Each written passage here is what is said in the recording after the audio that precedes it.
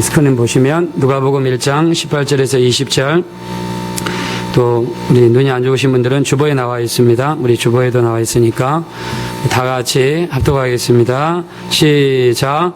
사가랴가 천사에게 이르되 내가 이것을 어떻게 알리요? 내가 늙고 아내도 나이 많으니이다. 천사가 대답하여 가라되 나는 하나님 앞에 섰는 가브리엘이라. 이 좋은 소식을 전하여 내게 말하라고 보내심을 입었노라. 보라, 이 일에 되는 날까지 내가 벙어리가 되어 등이 말을 못하리니 이는 내 말을 내가 믿지 아니함이oni와 내가 이르면 내 말이 이르리라 하더라. 아멘.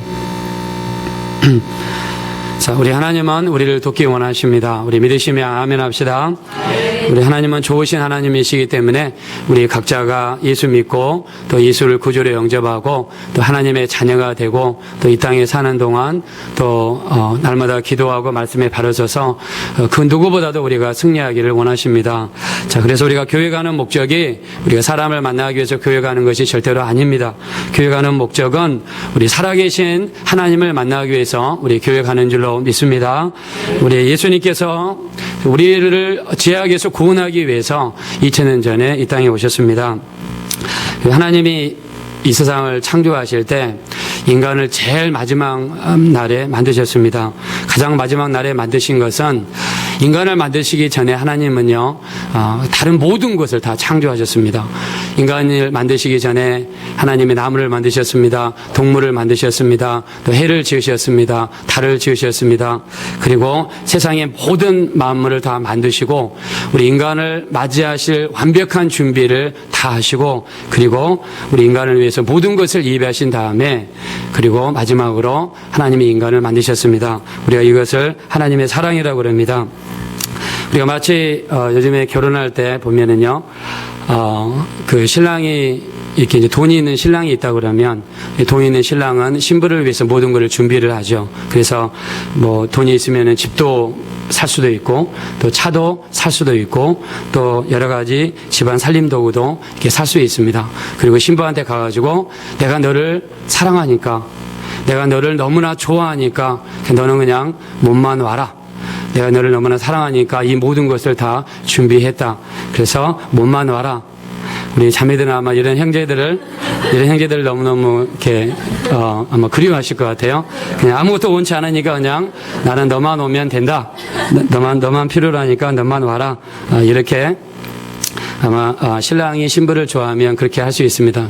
자, 우리 자매님들 이런 형제님 만나시길 예수를 축원합니다. 네. 예, 좋은 사람들 많이 만나셔가지고 좋은 가정이 있으면 좋겠는데, 자, 만약에 자기 아내를 사랑하고 또 신부를 사랑한다 그러면 그냥 사랑하기 때문에 다 준비할 수가 있는 거죠. 사랑하기 때문에 모든 것을 예비할 수가 있는 것입니다. 그 근원은 뭐냐면 사랑이죠. 하나님도 마찬가지입니다. 우리 인간을 보실 때 인간을 너무나 사랑하셨습니다. 우리 인간을 사랑하는 부분에 있어서 어떤 하나님은 조건을 가지고 있지 않았습니다. 그냥 너무나 사랑하셨어요. 사랑하셔서 하나님은 인간을 마지막 날을 만드시기 전에 인간을 위해서 해를 만드셨습니다. 해를 만드신 목적도 인간을 위해서, 달을 만드신 목적도 인간을 위해서, 하나님께서 동물을 만드신 목적도 인간을 위해서, 나무를 만드신 목적도 인간을 위해서, 하나님이 이 5일 동안 모든 걸 만드신 목적은 바로 이 인간을 위해서 만드신 줄로 믿습니다. 자, 그리고 세상에서 가장 아름다운 장소가 어디입니까? 바로 에덴 동산이죠. 에덴 동산은요, 지금 성경학자들이 많이 고고학적으로 연구를 하고 있는데, 우리 에덴 동산은 아마 이라크 지역에 있을 걸로 추측을 합니다. 에덴 동산에서는요, 4개의 강이 이렇게 거기서 강이 흘러서 나옵니다. 그래서 우리가 여러분이 지도를 보시면 그 중동 지방에서 유일하게 강 3개가 모이는 장소가 있습니다. 그게 바로 이라크 지역에 있습니다. 근데 많은 불신자들이 뭐라고 이야기하냐면 성경에서는 강을 4개라고 하지 않았느냐. 근데 강 하나는 어디 있느냐. 그렇게 이야기할 때 많은 성경학자들이 할 말이 없었습니다. 자, 근데 요즘에는요, 인공위성이 발전하고 또 심지어는 레이저 기술이 많이 발전해가지고 레이저를 어디서 쏘냐면 인공위성에서 땅을 향해서 이렇게 레이저를 쏘니까 옛날에는 우리가 땅속을 볼 수가 없었는데 레이저로 땅속을 쏘면서 땅속을 손바닥 들여다보듯이 볼 수 있는 세상이 됐습니다. 그 에덴 동산 그쪽 지역에다가 인공위성에서 레이저를 쏘니까 땅 속에 강 하나가 에덴 동산 그쪽 동네에서 발원하여서 지하로 흘러가는 것이 발견이 되었습니다. 자, 그래서 수많은 세월이 흐르는 동안에 그 강이 땅으로 뒤집혔을 것이다, 덮어졌을 것이다, 이렇게 추측을 합니다. 자, 이 에덴 동산은, 성경인 에덴 동산은요, 진짜로 있는 동산입니다. 하나님의 에덴 동산을 세계에서 가장 아름다운 동산으로 만드시고 거기에 있던 인간이 살 만한 모든 조건을 다 만드시고, 그리고 하나님께서 인간을 그 속에다가 집어넣으시고, 그리고 하나님께서 모든 축복을 베풀어 주셨습니다. 자, 왜 이런 축복을 주셨냐면 우리 인간을 사랑하시기 때문에 하나님은 우리 모든 인간을 위해서 예비하신 분이 바로 우리 하나님이십니다.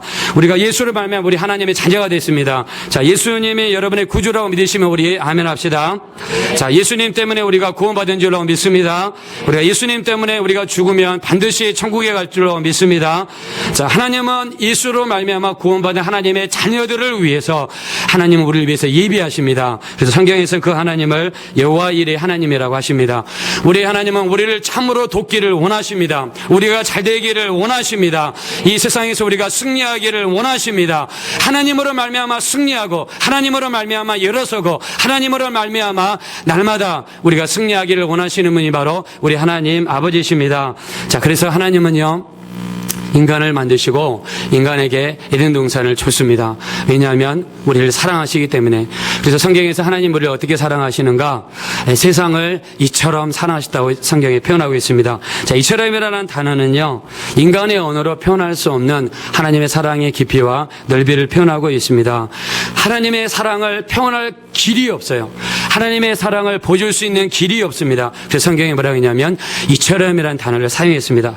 그래서 우리는 누구냐? 우리는 하나님의 사랑받는 자요, 또 하나님의 택하심을 받은 자요, 하나님의 인도하심을 받은 자입니다. 자, 우리 믿으시면 아멘 합시다.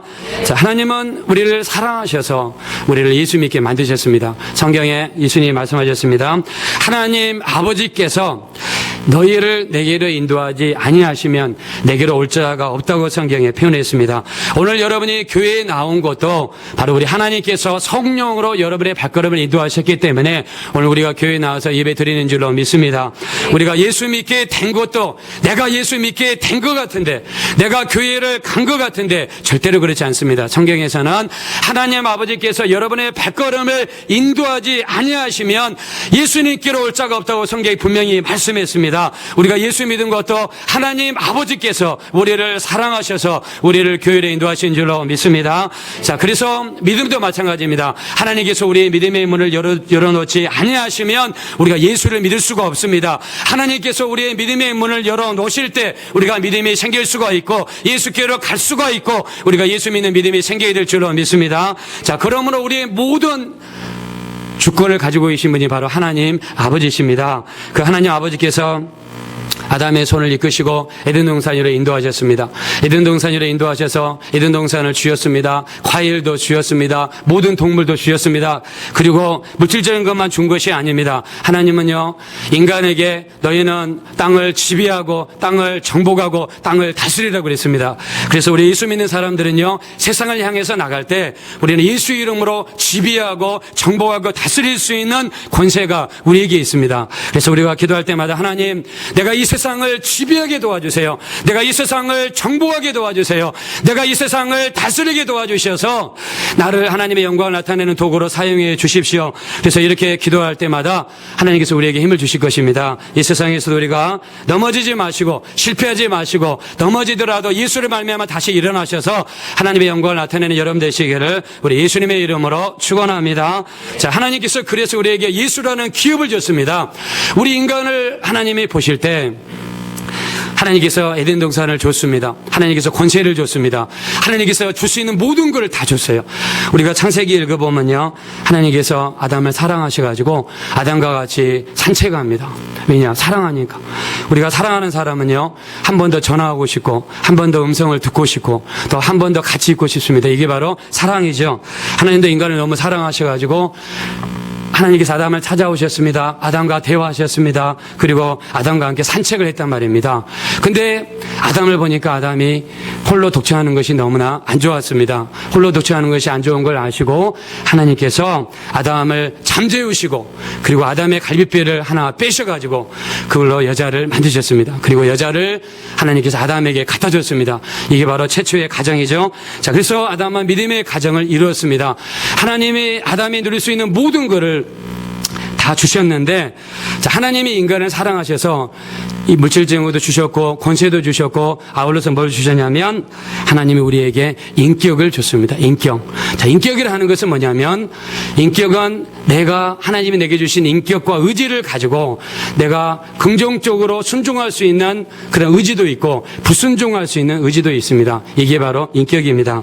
만약에 우리 성종형제랑 우리 다정자매랑 이렇게 앉아 계신데 아기가 태어난 지 이제 2주 됐습니다. 근데 저번 우리 성종형제가 토론토에 올 때는요, 이제 혼자 싱글로 이렇게 왔습니다. 와가지고 어학연수 하면서 열심히 공부를 하더라고요. 근데 성종형제가 보니까 굉장히 지조가 있는 것 같아요. 자기는 항상 어디 갈 때마다 여자친구가 있습니다. 늘 고백하고 자기는 절대로 한눈 안 판다고 이렇게 늘 고백한 걸 봤어요. 자, 근데 한국에 와가지고 드디어 이제 이렇게 결혼을 했습니다. 자, 성종형제가 다정자매를 사랑하기 때문에 결혼을 했는데 결혼한 다음에 만약에 다정자매한테 너 가서 물 가져와, 그 다음에 밥 가져와, 그 다음에 집안 청소해, 그 다음에 밖에 나가서 일해, 막 이렇게 강제적으로 한다 그러면 이거는 진정한 사랑이 아니죠. 그리고 자기 아내를 인격적으로 대하는 게 절대로 아니죠. 그러니까 사랑하니까 예배 시간에도 아기를 자기가 이렇게 앞에 안고 있고 그 다음에 이렇게 인격적으로 우리가 대하는 거죠. 하나님도 마찬가지입니다. 하나님도 우리 인간을 너무나 사랑하셔서 우리를 절대로 강압적으로 하지 않습니다. 기도할 때도 그냥 로봇처럼 하나님이 너 오늘 기도해, 그냥 무릎을 그냥 쳐가지고 무릎 꿇게 만드시고 기도하게 만드시는 이런 하나님이 절대로 아니란 말입니다. 하나님의 인격이 하나님이시기 때문에 우리 인간에게 모든 옵션을 다 주신 거예요. 그래서 너가 예수 믿기 원하면 하나님이 예수 믿을 수 있도록 도와주시고, 예수 믿지 않는 사람을 하나님이 가가지고 꿈속에 나타나셔서 그 시퍼런 칼을 빼셔가지고 강제로 예수 믿을 수 있도록 이렇게 하지 않는단 말입니다. 이게 바로 하나님 우리에게 주신 인격입니다. 왜 인격을 주셨냐면 사랑하니까. 사랑하는 사람 내가 강조를 할 수 없죠. 내가 만약에 우리 한욱이 형제를 사랑하는데 사랑한다고 그래서 막 내가 날마다 두드러 패고 말한다고 그래서 막 강제로 이렇게 하면 그건 진짜로 사랑이 아니죠. 그러니까 하나님이 인간을 사랑하셔서 주신 가장 큰 축복 중에 축복이 뭐냐면 인격입니다. 하나님께 인격을 주셨어요. 그래서 네 그 인격과 의지를 가지고 네가 순종할래, 네가 불순종할래. 하나님은 우리를 존중하시고 사랑하셔서 인격을 줬단 말입니다. 자, 근데 이 아담과 하와가 어떻게 했습니까? 하나님이 주신 그 인격, 하나님이 주신 그 의지를 가지고 하나님 앞에 순종하고 하나님 앞에 복종하고 하나님만 섬기려고 작정한 것이 아니라 나중에 마귀가 와가지고 너가 선악을 알게 하는 열매를 먹으면 네 눈이 밝아지게 될 거고 네가 선악을 알게 될 거고 하나님처럼 네가 지혜롭게 될 것이다. 거기에 쏘가 넘어간 것입니다. 자기 의지를 사용해서 자기 인격을 사용해서 하나님을 대적한 것이죠. 대적에서 나중에 죄인이 되었습니다. 죄인이 됐을 때 하나님이 어떻게 합니까? 나타나셔가지고 네가 어떻게 그럴 수가 있느냐? 내가 너에게 인격도 줬고 내가 너에게 물질도 줬고 내가 너에게 권세도 줬는데 네가 어떻게 이렇게 할 수 있느냐? 그러면서 강압적으로 하셨습니까? 하나님이 절대 강압적으로 하지 않으셨죠. 하나님께서 아담과 하와에게 동물을 잡으셔서 짐승을 잡으셔서 가죽을 벗기고 피를 흘리셔서 그들의 죄를 사하시고 그 가죽 옷으로 아담과 하와에게 옷을 입혀주시는, 하나님께서 포용해 주시고 하나님께서 다독거려 주시고 용서해 주시는 우리 하나님인 것을 볼 수가 있습니다.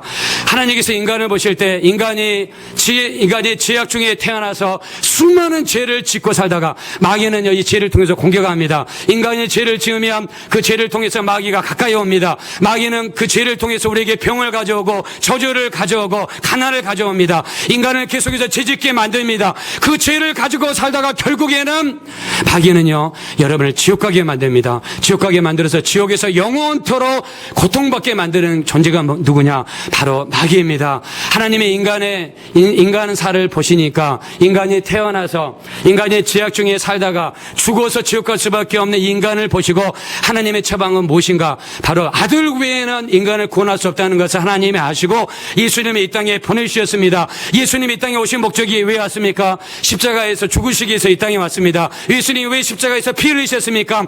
오직 우리 인간의 죄를 용서하고 죄의 고리를 끊어버리고 마귀에게서 끊어버리고 죄의 병과 저주와 가난에서 끊을 수 있는 것은 오직 예수님의 보혈밖에 없는 줄로 믿습니다. 자, 죄를 끊어버리기 위해서 예수님이 피를 흘리셨단 말입니다.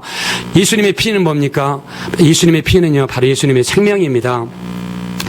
우리가 여기 우리 시은이가 지금 태어났는데 만약에 다른 아이를 살리기 위해서 다른 아이가 만약에 심장이 없어서 죽어가는데 심장 이수술을 받아야 되는데 태어난 지 얼마 안 된 시은이를 달라고 그러면 그거는 절대로 쉬운 결정이 아니겠죠. 다른 아이를 살리기 위해서 한 아이가 희생당해야 된다 그러면 그걸 어떤 부모가 용납하기는 정말 어려울 것입니다. 근데 성경에 보니까 하나님께서 우리 인류를 살리기 위해서 택하신 방법이 뭐냐면 예수님을 이 땅에 보내신 것이고 예수님의 피를 흘리신 것이고 그 피로 우리 모든 죄를 용서하셔서 인류를 구원하시기 위해서 하나님께서는요, 아들을 보내신 것입니다. 그래서 여러분이 성경 읽어보시면 예수님이 십자가에 못 박힌 시간이 아침 9시죠. 그리고 어두워진 시간이 낮 12시입니다. 예수님이 십자가에서 못 박힌 지 3시간 됐을 때 온 세상이 갑자기 어두워졌다고 성경이 기록하고 있습니다. 어떤 신학자는요, 이걸 이렇게 해석합니다. 하나님 아버지께서 아들을 이 땅에 보내셨고 아들이 죽을 수 있도록 십자가에 허락하셨는데 아들이 죽어가는 모습을 하나님 아버지가 볼 수가 없어서 이 세상의 해를 가리셨다, 이렇게 해석하는 사람도 있습니다. 하나님은요, 우리 인류를 위해서, 우리 인간을 위해서 그 아들을 우리에게 내놓으셨습니다. 예수님의 피는 예수님의 생명입니다. 예수님은 우리를 살리기 위해서 죄악 중에 태어나 수많은 죄를 짓다가 그 죄 때문에 지옥 갈 수밖에 없는 우리들을 살리기 위해서 하나님 아버지께서 아들을 이 땅에 보내주셨고 우리 모든 일을 위해서 우리 주님은 우리를 위해서 피를 흘리셨습니다. 바로 이것을 성경에서는 예수님의 은혜라고 합니다. 우리 예수님의 은혜를 늘 항상 느끼고 감사하는 여러분 되시기를 예수 이름으로 축원합니다.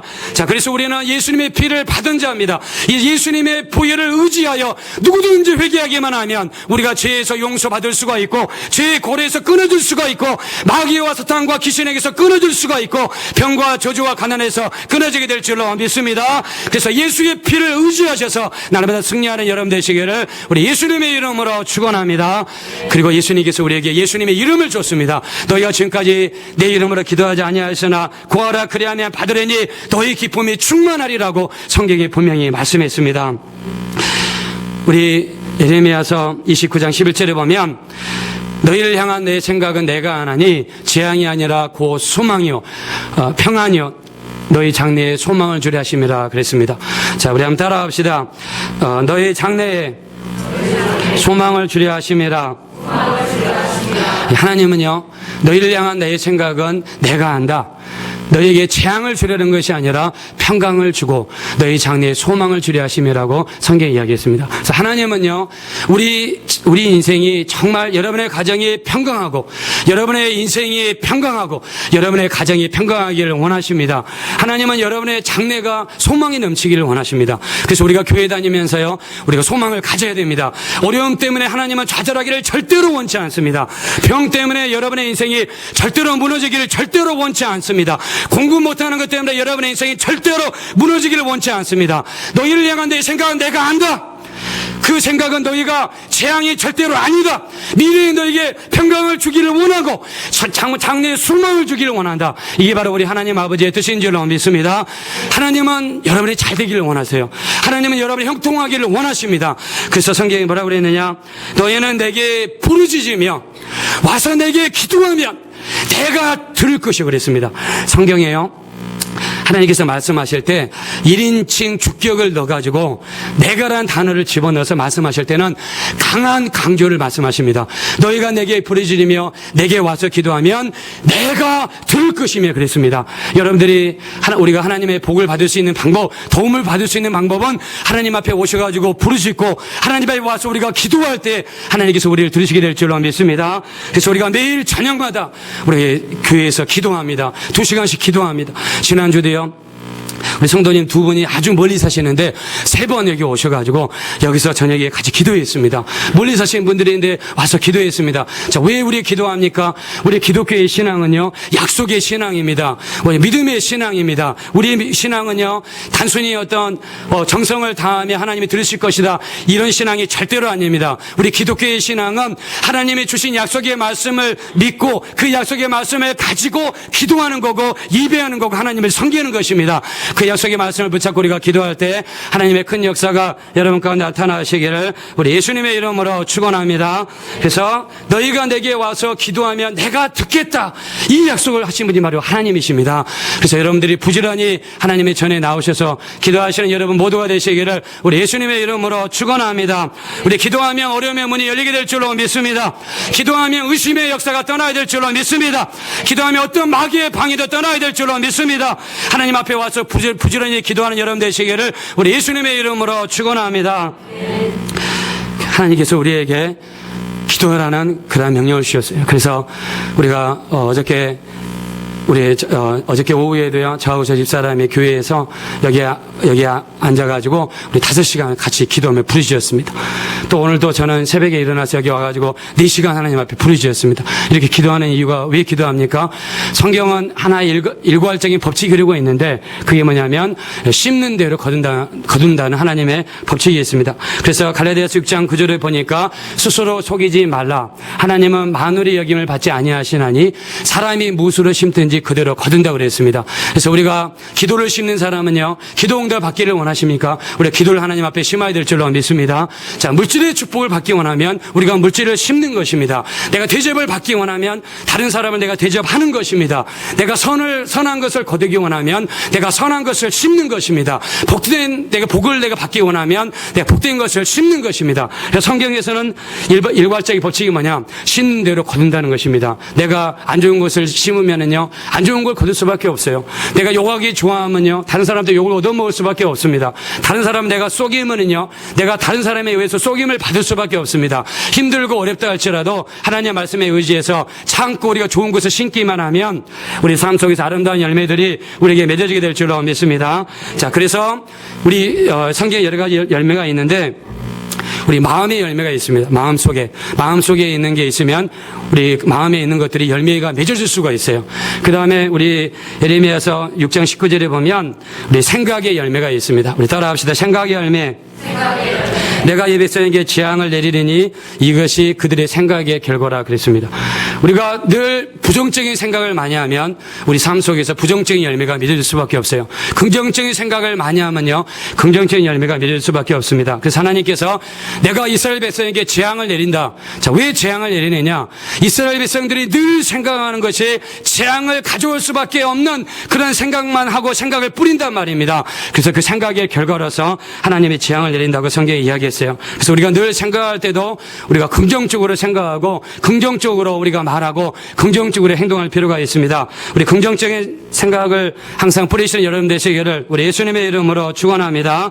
자, 그리고 성경에서는요, 또 입술의 열매를 말씀하고 있습니다. 히브리서 13장 11절을 보니까, 자, 이러므로 우리가 예수를 말미암아 항상 찬미의 제사를 하나님께 드리자.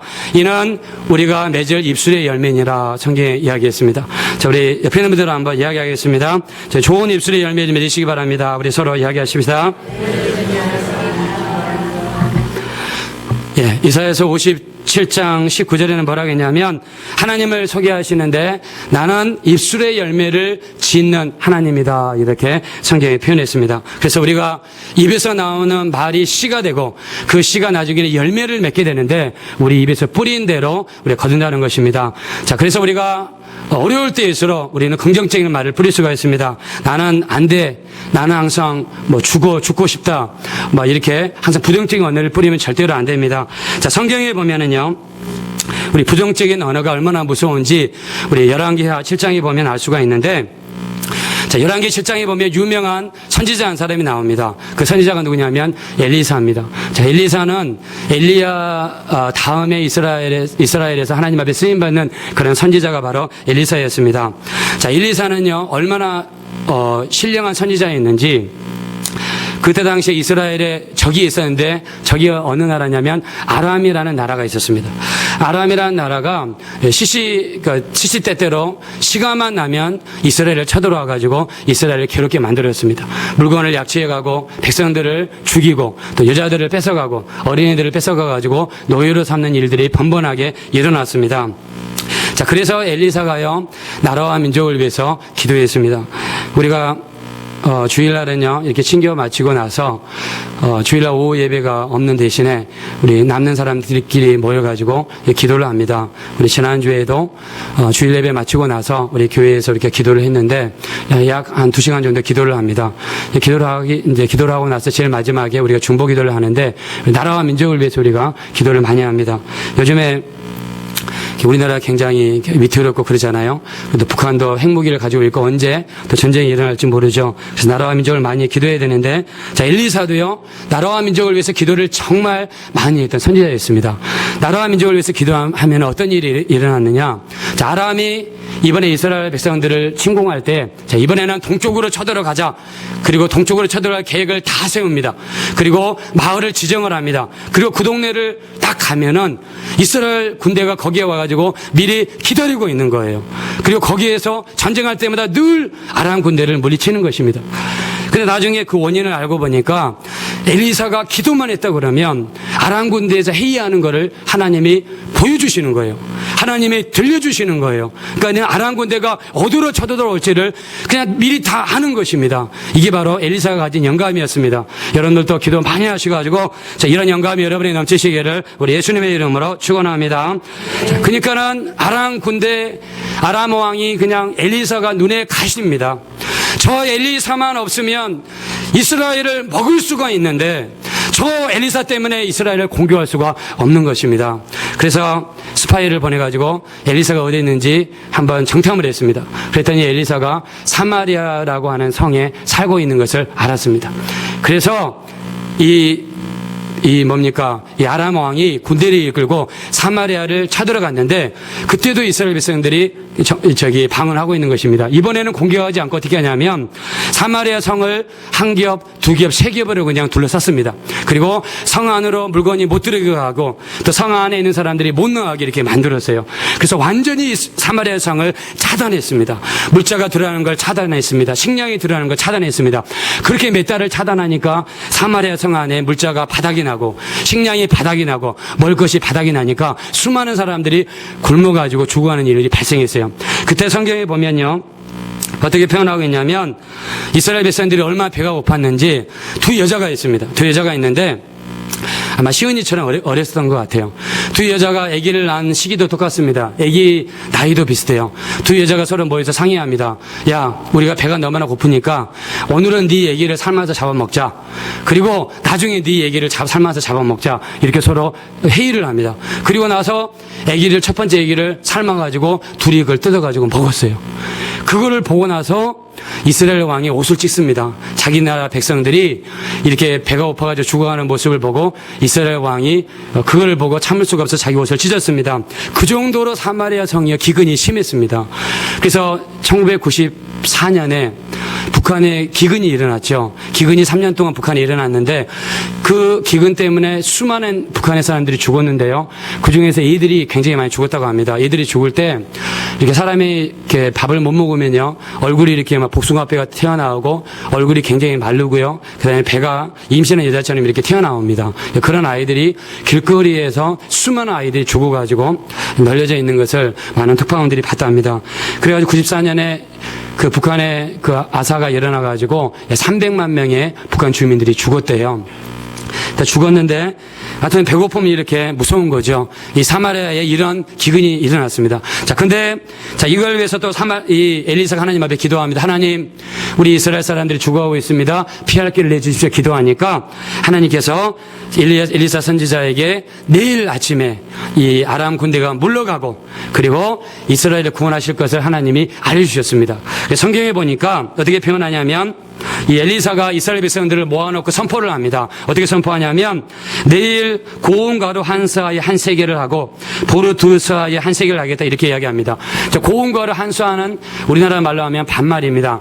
반말에 이 한 세겔 한다는 거는 한 세겔은 노동자가 4일 일하는 돈이거든요.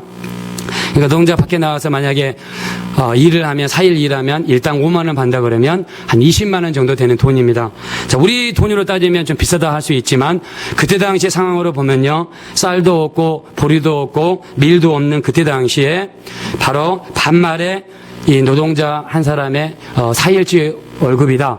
이렇게 이야기하면 그건 엄청나게 싼 액수였습니다. 자, 엘리사가 내일 아침에는 너희가 먹고 싶을 만큼 보리가루가 너희에게 주어질 것이다. 먹고 싶을 만큼 밀가루가 너희에게 주어질 것이다. 이렇게 선포했단 말입니다. 이렇게 선포를 했더니 그 사마리아 성의 왕을 보좌하는 군대 장관이 갑자기 그 말을 듣고 있다가 엘리사에게 반기를 댑니다. 마치 엘리사가 이렇게 사람들을 모아놓고 설교를 하는데 그 설교를 듣고 있다가 갑자기 반기를 드렸습니다. 뭐라고 하냐면 네 말이 믿어지지가 않는다. 어떻게 그런 일이 이루어질 수가 있냐? 그러면서 뭐라고 하냐면 하나님이 하늘의 창을 내셔가지고 그 창을 통해서 밀을 쏟아주시고 밀가루를 쏟아주신들 이런 일이 있겠느냐 하면서 하나님을 비유해 가면서 어떻게 그런 일이 발생하느냐 그러면서 코웃음을 쳤습니다. 우리가요 설교를 들을 때도 마찬가지입니다. 설교를 들을 때도 이 말은 누가 들어야 되고 김 집사가 들어야 되고 이 집사가 들어야 되고 이 말은 저 사람이 들어야 되고 이런 식으로 우리가 말씀을 드리면 그 말씀과는 나랑 아무런 상관이 없습니다. 마귀는 어떻게 합니까? 성경에 보니까 말씀은 씨라고 그랬습니다. 우리 마음은 길이라고 그랬습니다. 밭이라고 그랬습니다. 자, 근데 마음이 딱딱하고 내 마음이 잘 골라져 있지 않으면 말씀이 귀에 안 들려옵니다. 말씀이 어떻게 떨어지느냐? 길가에 떨어집니다. 길가에 떨어진 씨는 새가 와서 그 씨를 먹는다고 그랬습니다. 새는 뭡니까? 마귀입니다. 마귀는 우리가 말씀을 못 듣게 만들고 말씀을 우리가 못 깨닫게 만들고 왜 그렇습니까? 하나님의 말씀은 살았고 운동력이 있기 때문에 이 말씀 우리 심령 속에 떨어지면 우리 인생이 변화되고 우리 삶이 변화되기 때문입니다. 우리 여러분의 심령이 옥토와 같은 심령이 되셔가지고 이 말씀이 여러분 속에서 살았고 운동력 있는 역사 나타나시기를 우리 예수님의 이름으로 축원합니다. 말씀에 능력이 있으시길 예수 이름으로 축원합니다. 말씀을 받을 때마다 긍정적으로 받으시길 예수 이름으로 축원합니다. 자, 이렇게 말씀을 받아야 되는데 그 군대 장관의 말씀을 부정적으로 받았단 말입니다. 그리고 부정적으로 이야기합니다. 하나님의 하늘에 창을 내시는들 어떻게 그런 일이 있겠냐? 그러면서 콧방귀를 뀌었습니다. 그때 엘리사가 이야기합니다. 네가 내일 수많은 보리와 밀가루를 보리라. 그런데 네가 그것을 먹지는 못하리라. 네가 사람들에 의해서 밟혀서 죽을 것이다 하면서 엘리사가 예언을 했습니다.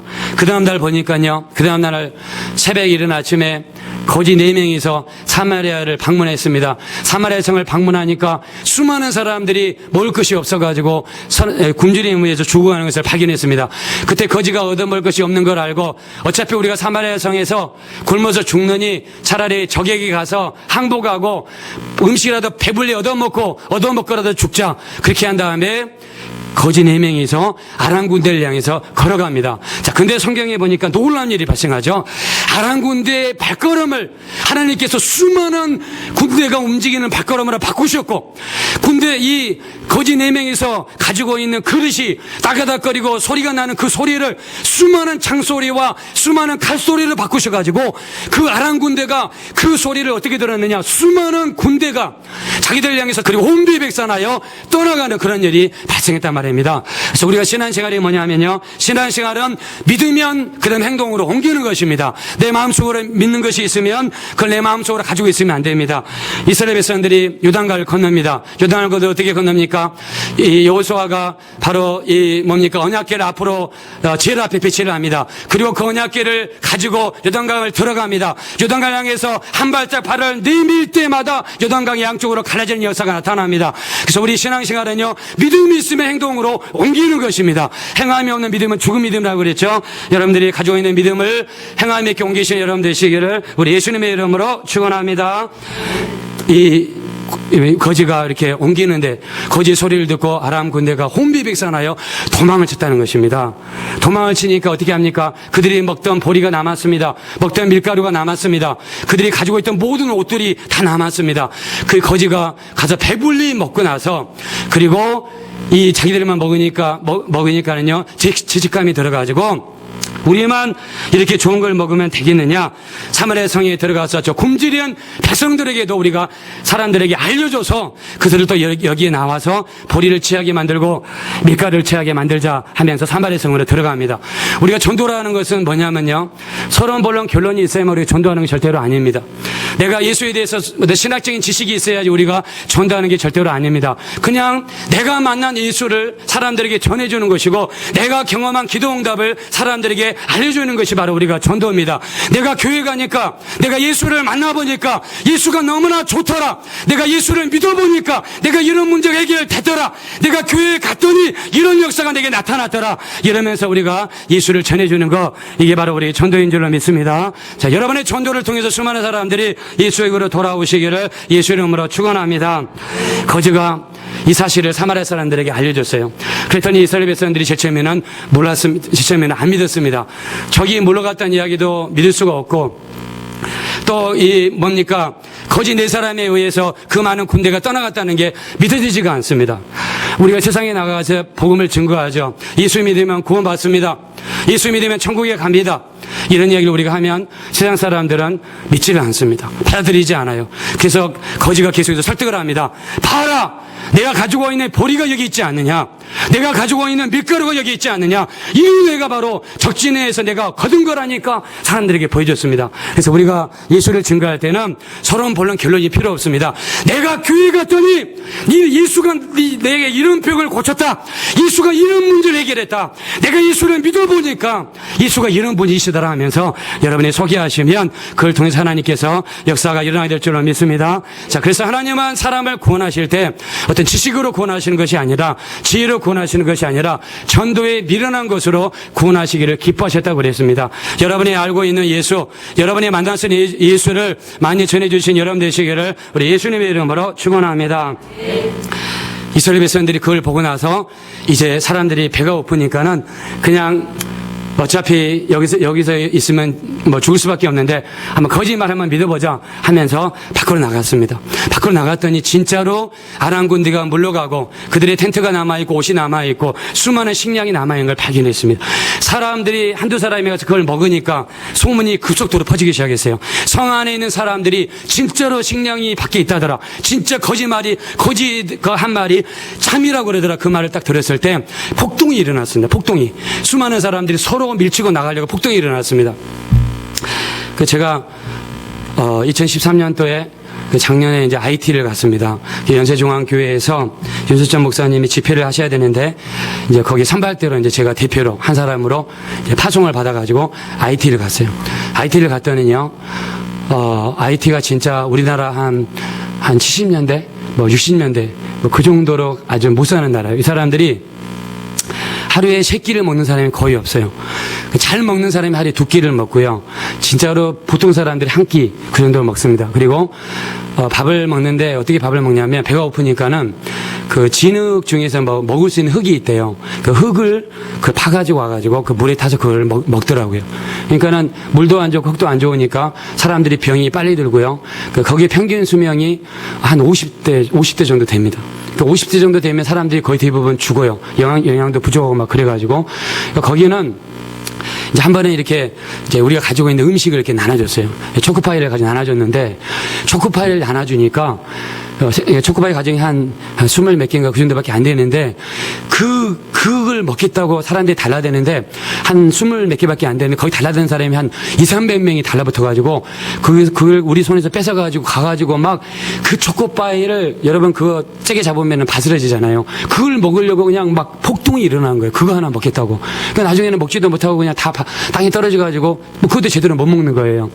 그러니까는 양이 많지 않은데 사람들이 많으니까 사람들이 막 눈이 뒤집어져 가지고 난리가 났습니다. 그러니까는 그러면서 옆에서 선교사님이 이야기해 주더라고요. 그렇게 나눠주면은 폭동이 일어나니까 절대로 그렇게 나눠주면 안 된대요. 그러니까 사마리아 성도 아마 그랬던 것 같아요. 음식이 있다고 그러니까 성에 있는 사람들이 눈이 뒤집어지고 마음이 뒤집어져 가지고 밖으로 한 번에 나가려다가 어떤 일이 발생했느냐.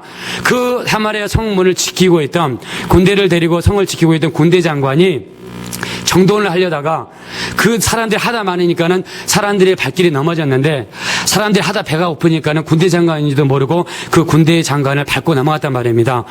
엘리사가 예언한 것처럼 그 군대 장관이 사람들이 발에 밟혀가지고 나중에 죽어버리고 말았습니다. 자, 왜 그렇습니까? 하나님께서 하늘의 창을 내신들 어떻게 보리가 그렇게 쏟아지며 밀이 쏟아지겠느냐? 그 사람의 말은 부정적인 말에 결과였습니다.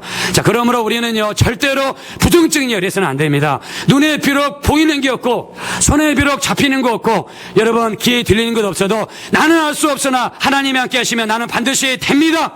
하나님이 도와주시면 우리 집안은 일어나야 될 줄로 믿습니다. 내 인생은 반드시 하나님의 축복을 받게 될 줄로 믿습니다. 하나님이 도와주시면 나는 이 세상에서 성공하게 될 줄로 믿습니다. 이렇게 늘 정말 긍정적으로 뿌리는 여러분 되시기를 예수님의 이름으로 축원합니다. 할 수 있거든요. 무슨 말이냐? 믿는 자에게는 능치 못함이 없다고 그랬습니다. 하나님 우리를 이렇게 사랑하시고 우리에게 예수를 주시고 예수 이름을 주시고 예수 이름으로 기도하는 사람들의 기도를 반드시 들으시고 응답을 이루어지게 될 줄로 믿습니다. 반드시 들으십니다. 하나님은 반드시 우리를 돕기 원하십니다. 포기하지 말고 꼭 기도하시길 예수 이름으로 축원합니다. 자매님들, 우리 결혼 안 하신 분들, 우리 여러분들이 포기하실 거 없어요. 제가 옛날에 간증했는데 4명의 노처녀가 서로 모여서 기도를 했습니다. 기도를 했는데 어떻게 기도를 했느냐? 자기 각자 원하는 이상형을 세상적으로 쓰지 말고 믿음의 눈으로 바라보고 적자. 그래서 적었어요. 4명이. 그리고 이렇게 종이에다가 적어가지고 이렇게 아마무게 적어가지고 기도 제목을 적었습니다. 근데 그렇게 기도를 했는데 3년 정도 지나니까는 다들 그냥 기도 제목과 상관없이 그냥 남자 나타나면 그냥 결혼했습니다. 그냥 자기 좋아하는 여자는 남자가 나타나면 그냥 모른 척하고 그냥 결혼했어요. 근데 그냥 대부분 그냥 그저 그렇게 사는 거예요. 근데 마지막 4번째 여자는요, 이 기도 제목을 붙잡고 이 기도 제목의 남자를 보내달라고. 근데 여자분이 외모가 있느냐? 외모가 없어요. 가진 것이 있느냐? 가진 것도 없어요. 그러니까는 기도밖에 없으니까 주님께 매달린 거예요. 근데 이제 3명이 결혼을 하니까 얼마나 마음이 더 조급하겠어요. 조급하니까 하나님 앞에 가서 기도하는 거예요. 자, 기도하는데 한 번은 교회 가서 기도를 하는데 어떠한 청년이 와서 기도를 하더래요. 저 뒤에 앉아가지고.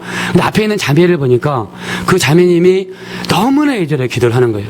그러니까 결혼을 시켜달라고 그 이야기는 세게 안 하고, 그 이야기 세게 하면 이제 괜히 좀 멋쩍으니까, 다른 기도는 세게 하면서 그 이야기만 하면은 막 흥흥을 하면서 작은 소리를 하면서 기도를 막 한 거예요. 하나님 앞에 기도를 했는데요. 근데 그 기도하는 모습이 너무나 예쁜 거예요. 그러니까 얼굴이 예뻐서 예쁜 게 아니라 기도하는 영적인 모습이 예쁜 거예요. 사람들이 언제 제일 멋있냐면 자기 본질이 충실할 때 되게 사람이 멋있습니다.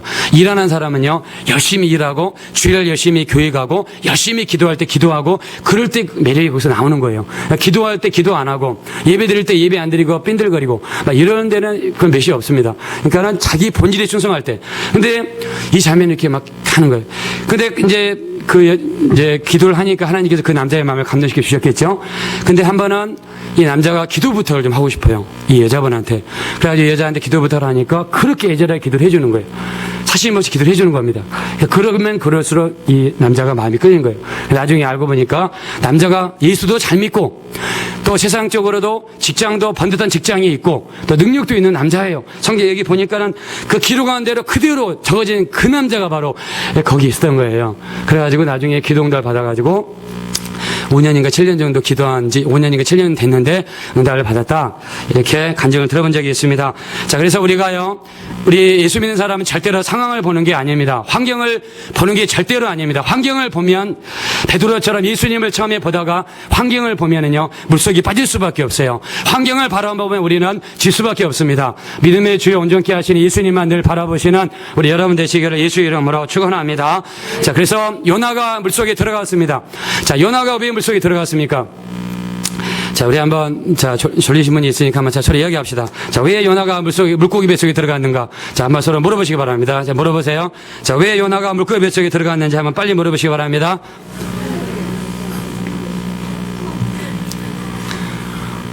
자, 요나가 왜 물고기 뱃속에 들어갔죠? 자, 우리 한우 경제 한번 이야기해보세요. 왜 물고기 뱃속에 들어갔어요? 예. 예, 우리 박수. 우리 한우 형제가 알지는 몰랐는데 다 아셨군요. 예, 요나가 하나님 앞에 불순종이어가지고 물고기 뱃속에 들어갔습니다. 자, 근데요, 예, 제가 생명공학을 전공을 했는데 우리가 물고기를 들여다보면요 이런 현상이 있습니다.